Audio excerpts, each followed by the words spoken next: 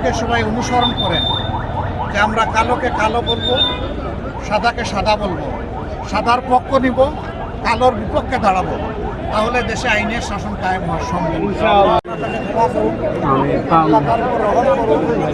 এবং আল্লাহ তাকে জান্নাতের উত্তম বাগিচায় জায়গা করে দিন।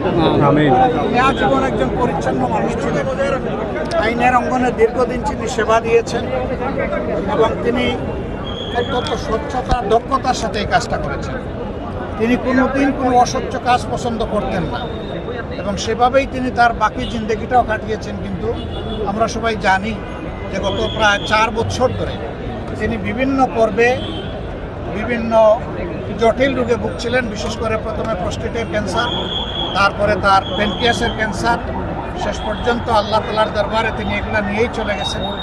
আমরা দোয়া করি তার এই কষ্টের দিনগুলোকে আল্লাহ তাআলা তার নাজাতের উসিলা করে দিন এবং তিনি জাতির সামনে আইনের জগতে দেশকে আইনের শাসনের উপর প্রতিষ্ঠিত করার জন্য যে লড়াই আজীবন করে গেছেন, এটা আমি বিশ্বাস করি আইনগণের সকলের জন্য একটা উত্তম উদাহরণ হয়ে থাকবে।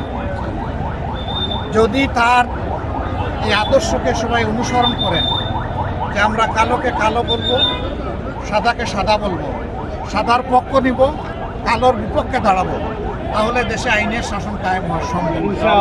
আমরা আপনাদের মাধ্যমে আইন অঙ্গনের যারা সেবা দিচ্ছেন, সম্মানিত আইনজীবীবৃন্দ, বিচারকবৃন্দ এবং দেশবাসীকে এই আহ্বান জানাই যে আসুন একটা ন্যায় বিচার নির্ভর একটা সমাজ গড়ার জন্য, সমাজ থেকে সব ধরনের বৈষম্য অনাচার দূর করার জন্য আমরা সবাই একসাথে কাজ করি। আবারও আল্লাহর বান্দার জন্য দোয়া করি তার এই পরিচ্ছন্ন জীবনটাকে আল্লাহ যেন মায়া করে কবুল করেন এবং আল্লাহ তার প্রিয় বান্দাদের মধ্যে যেন তাকে সামিল করে নেন। তার আত্মীয় স্বজন যারা আছেন আল্লাহ তাদেরকে সবর করার তৌফিক দিন, তার সহকর্মীবৃন্দকে আল্লাহ সবর করার তৌফিক দিন এবং তার জীবনের ভালো উদাহরণগুলোকে ধারণ করে আল্লাহ তাআলা আমাদেরকে সামনে এগিয়ে যাওয়ার তৌফিক দান করেন। সবাইকে ধন্যবাদ। আসসালামু আলাইকুম।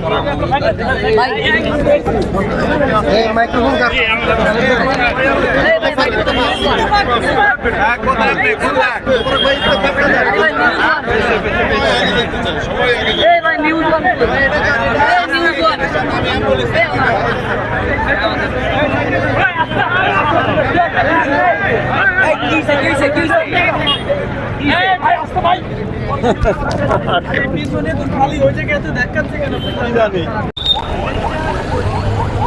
আসসালামু